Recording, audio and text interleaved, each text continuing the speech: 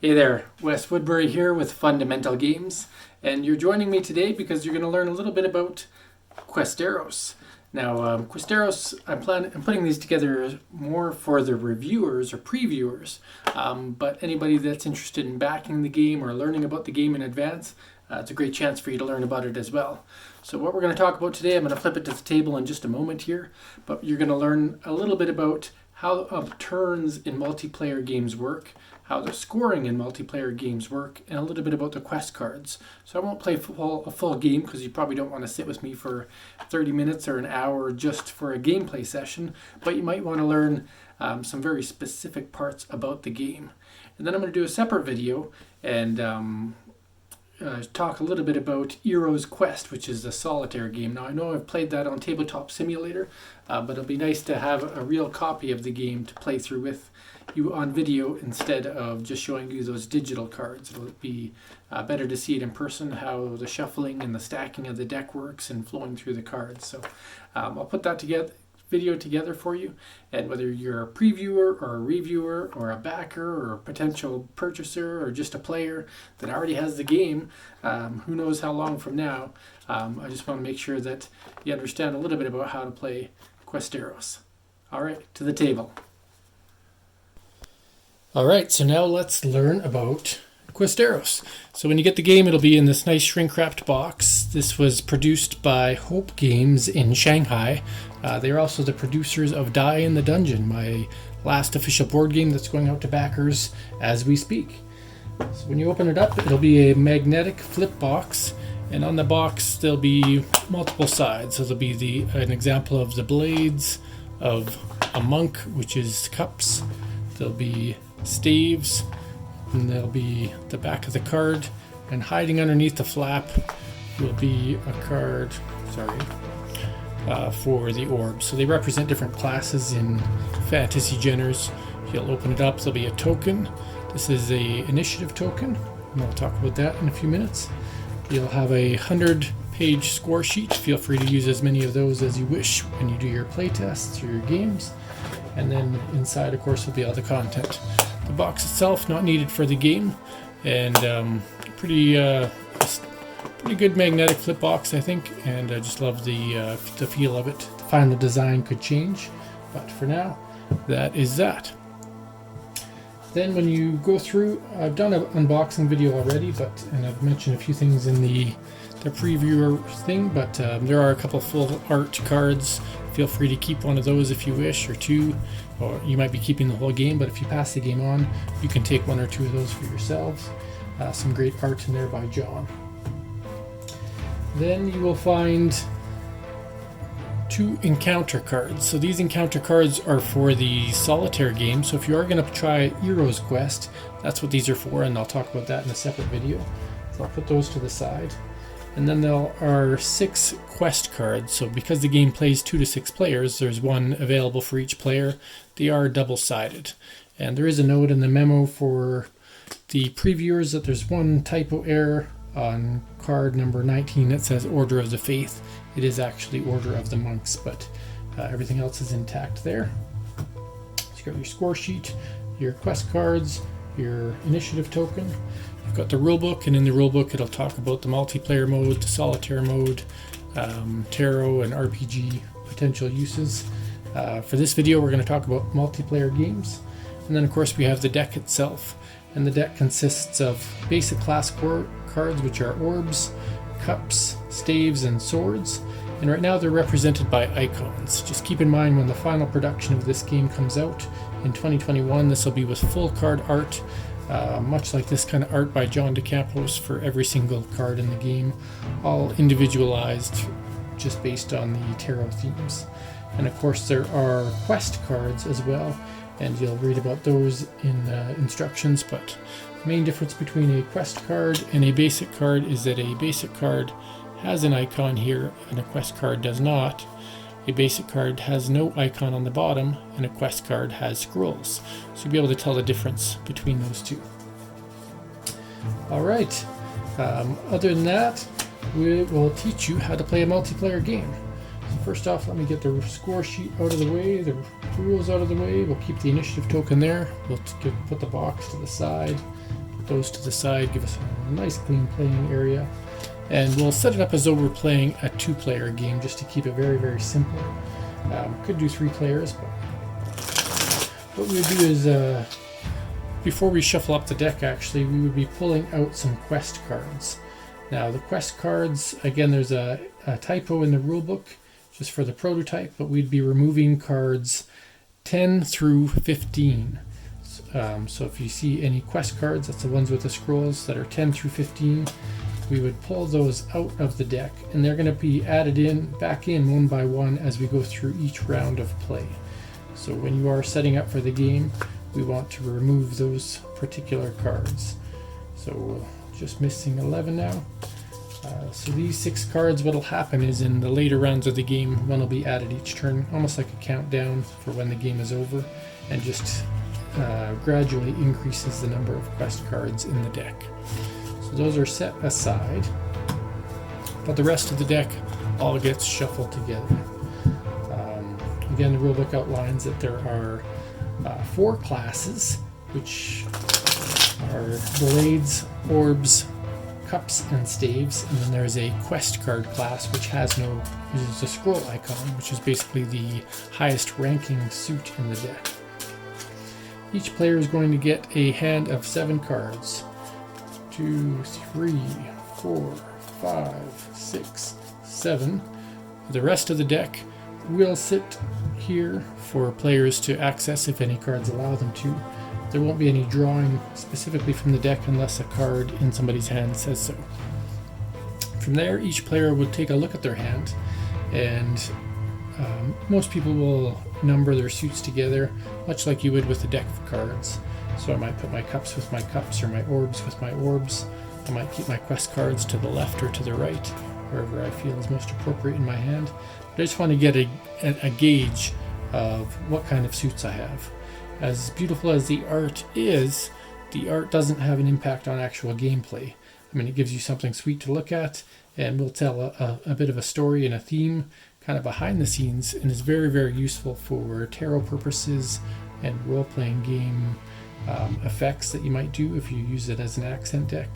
And but for the purposes of the multiplayer game, as beautiful as the art is, it has no direct impact on gameplay. It's all about your icons, except for some cards which will have your gameplay effects, which are the quest cards.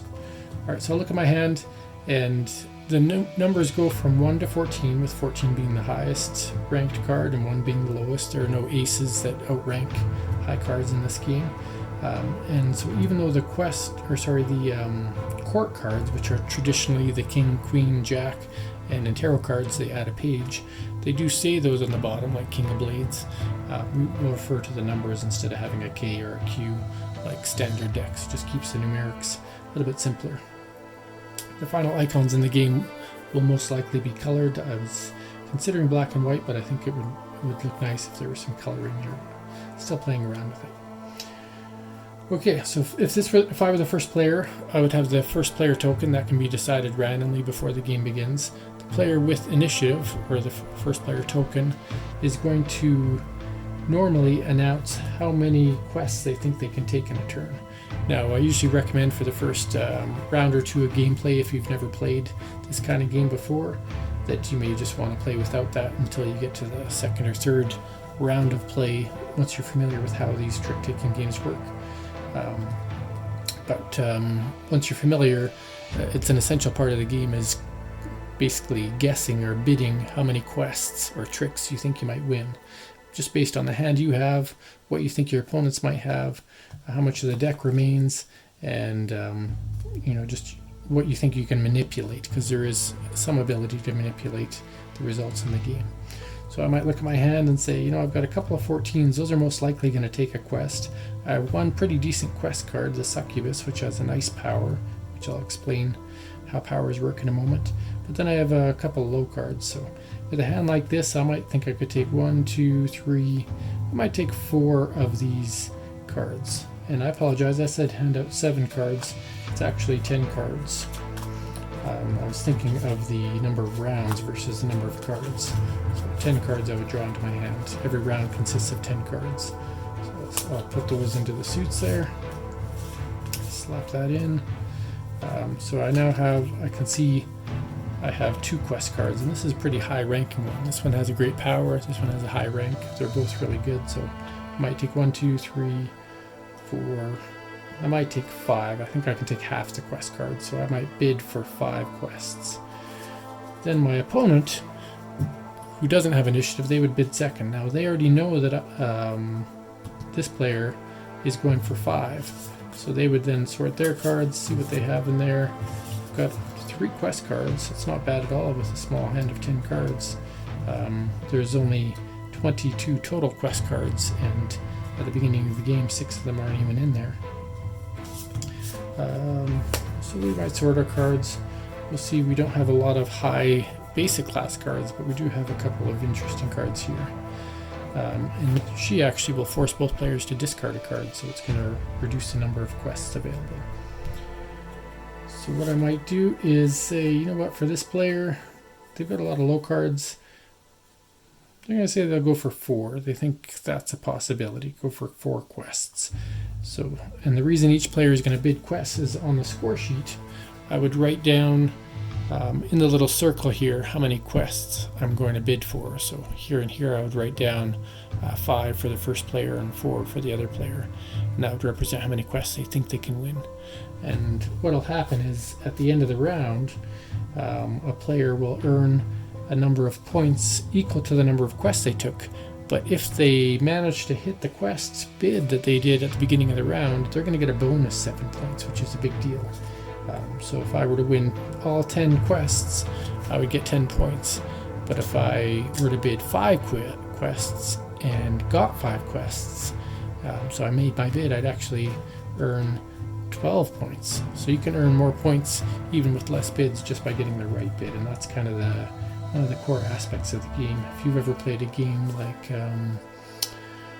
Wizard or 952, some of those trick-taking games, Skull King, those ones are all built around the dynamic of guessing your quests or being dictated a certain amount of tricks to take and then trying to achieve that through sloughing cards or leading suits that you want to win or don't want to win. Alright, so then how does the game work from there? Well, then the person with the first initiative token is going to choose a card from their hand to be what's called the preferred class. And so what that forces every other player to do, whether you're playing with 2 players or 6 players, is follow suit, if you will. So if you're playing a game of hearts or spades, or if you played a game like euchre or any of those games, you would know what following suit is, or trick-taking game standard format of play is, and this is very similar. So if maybe I want to drop a really low card in the beginning, just see what my opponent's up to. So I could drop a 1 of cups. So what that would mean is that the next player is required to play a cup card if they have one. There's a caveat to breaking that rule, and that is paying points. I mean, you start with 2 points, but paying points. If I wanted to pay a point, I could break that rule by playing a quest card instead.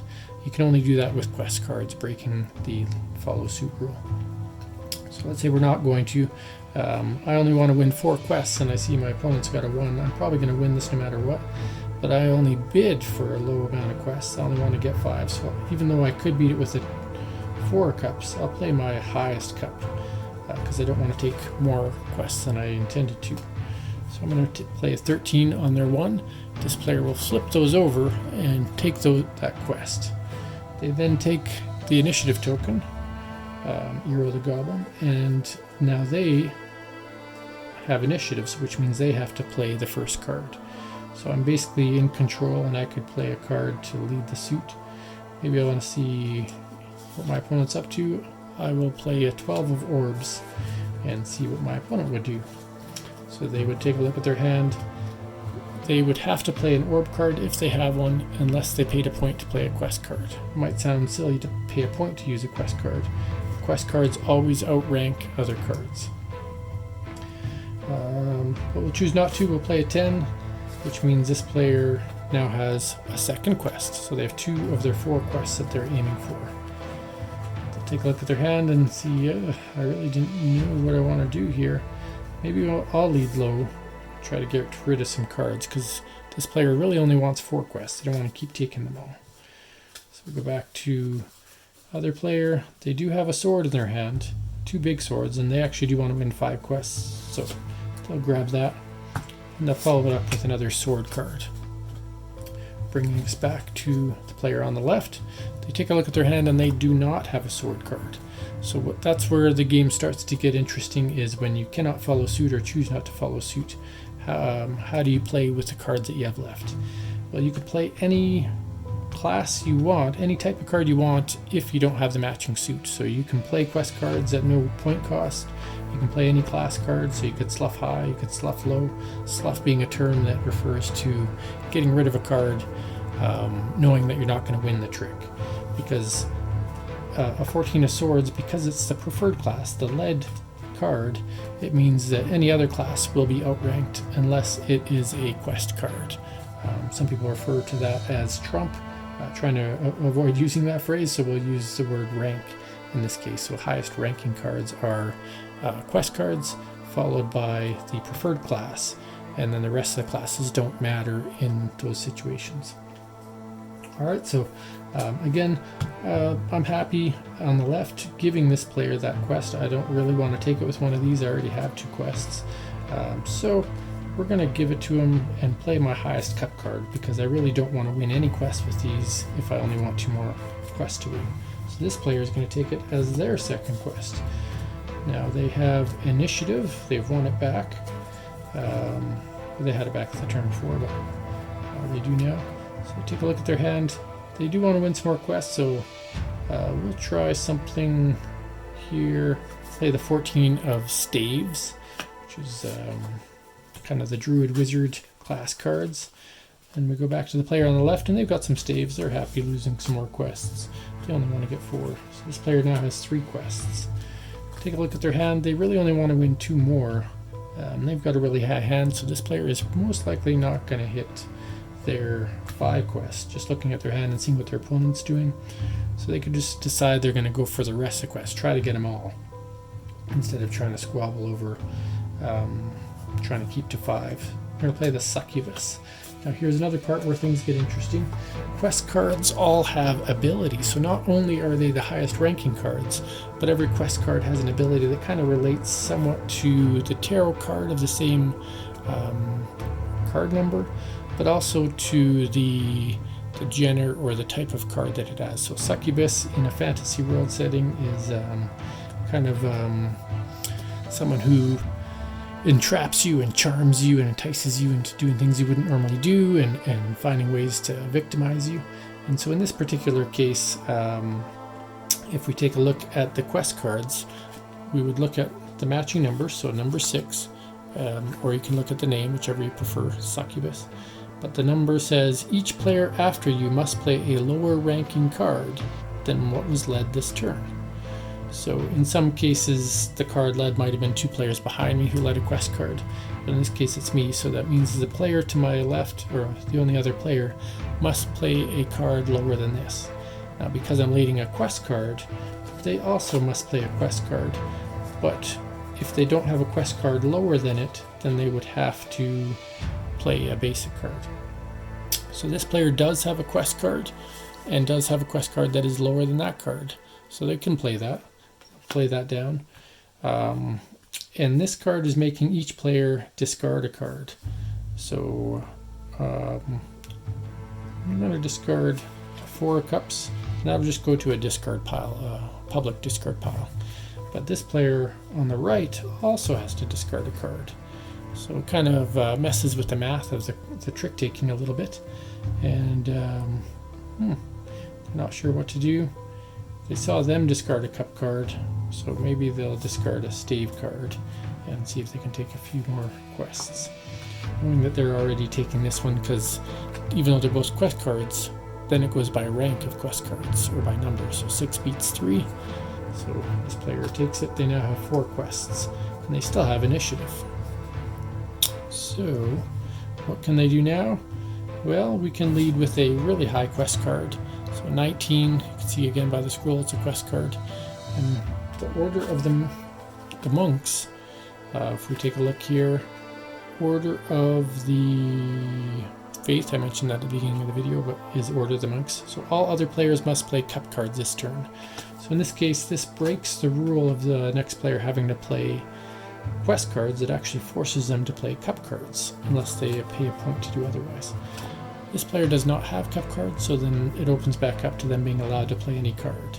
And they have to decide. They bid for 4 quests, they have 2 already. Do they really want to win this, or do they think they have enough here to win their last 2 quests? These are pretty high, and so this is where we'll enact the pay a point strategy. So if you have points available and everybody starts the game with 2 points, you can break the lead card rule by paying a point. So this player will pay 1 point, and they will actually pay that point so they don't have to play a quest card. And again, you have to use the honor system. If you see somebody play a quest card after they said they didn't have any, they would know that wasn't allowed. So now we're down to this player's 1, 2, 3, 4, 5. They've got 5 quests. They really don't want to win anymore. And they've got a 9 and a 12. So try the lowest one and see what happens. Go back to this player on the left. This player wants to win 2 more quests because they bid for 4. So they'll take it with the Order of the Magi. It's a higher ranking card and it's a quest card. The Order of the Magi would normally force the next player to play a stave card, but in this case the round's already over. And they're going to finish off with the highest ranking card in the game, which is the 21 quest card, the Dragon. And the player on the right only has this left. The Dragon ability says, if you win this quest, gain 2 additional points. So that's a nice bonus for them. They're going to gain 2 additional points this game, for this round. And there you go, we finished 1 round of play. So what would happen is we would then use a score sheet and document the results. This player won 4 quests, so they would win 4 points just for the 4 quests, 1 point per quest. But in addition to that, because they met their quest target, they thought they would get 4 and they got 4, they're going to earn an additional 7 points. But it just so happens the player on the right bid for 5 and they got 5. Even though there was a total of 10 cards at the beginning of the round, because we got rid of 1, they were actually both able to hit their goal. That doesn't happen all the time. Usually 1 or none of the players will hit their goal. We just happen to get the right mixture of cards and make that happen. So then this player would have 14 points, this player would have 15 points, but because this player played the Dragon, they get an extra 2 points, and they'd actually be at 16, so they'd be 1 point higher. And what would happen is that those 14 and 16 points would get added on to the previous points that they had, and then start a new tally in the next line. Keeping in mind that this player would also lose a point because they spent a point for that last break following suit trick that we did there. What would happen then is all the cards would get shuffled back in the deck and we would start round 2. When we start round 2, we took all these quest cards out at the beginning. We would take the next card in the stack, shuffle it in, and then deal out the next round of 10 cards each to each player, and any cards that were discarded, of course. So we would shuffle them up and deal them out to each player. And then we would do the same thing and proceed through the rounds. So we're on round 2 now, then we do round 3, then we would do round 4, 5, 6, and 7. And so once all 7 rounds have been played, each time we would do a score, add up each player's score, and at the end, whoever has the highest score at the end of 7 rounds would be the winner of Questeros. So that's a quick kind of video explanation of how turns work, how rankings work, how quest cards work, how abilities on quest cards work. And I mean, the rulebook will go through all of that, but I thought just having a quick video summarizing how interactions between players would work might be handy for you. When you play 3 or more players, the game definitely gets more interesting and more dynamic. The higher the player count, the less leftover cards there are, which means there's more awareness of what cards are in people's hands. and you may be able to bid a little bit more accurately, but there's always variations that'll happen. There's the assassin, which could force a player to discard a card. There is the bard that could let you take a quest or give a quest away. There's a jester who basically breaks the quest, including if the dragon is played. So there's a lot of variations within the quest cards that make every single round and every single game a little bit uncertain. You can plan around some of it, but you can never be 100% sure. So there is some luck to the game. Of course, it is a card-based game, but there's also a lot of skill in trying to factor in how many quests you think you can take, keeping in mind all these quest cards that exist, how many cards are left in the deck based on the number of players, and just your sequence of card playing and watching what other players are doing to see how you might react or be proactive against them. And of course, that last dynamic that I talked about of controlling your points, spending points, knowing that they are going to affect your end game point total, with the hope that just trying to balance your quest cards and play your quest cards at the right moment will have the most impact on the game, instead of people forcing them from your hand all the time. So hope that helps, again, like I said, with an understanding of the multiplayer version of the game, and I'll put together a video of how to play. I'll actually play through an entire game session of Heroes Quest for the Solitaire, because that one's a bit more complex in progressing through all of the different encounters that you face in that. It's a completely different game. It has nothing to do with the style of game that the multiplayer game is. I made it independently as a way to be entertaining to casual tarot deck users that might want something different to do with a deck of cards than reading a fortune. Thanks for watching, and if you have any questions, reach out, let me know. Thank you.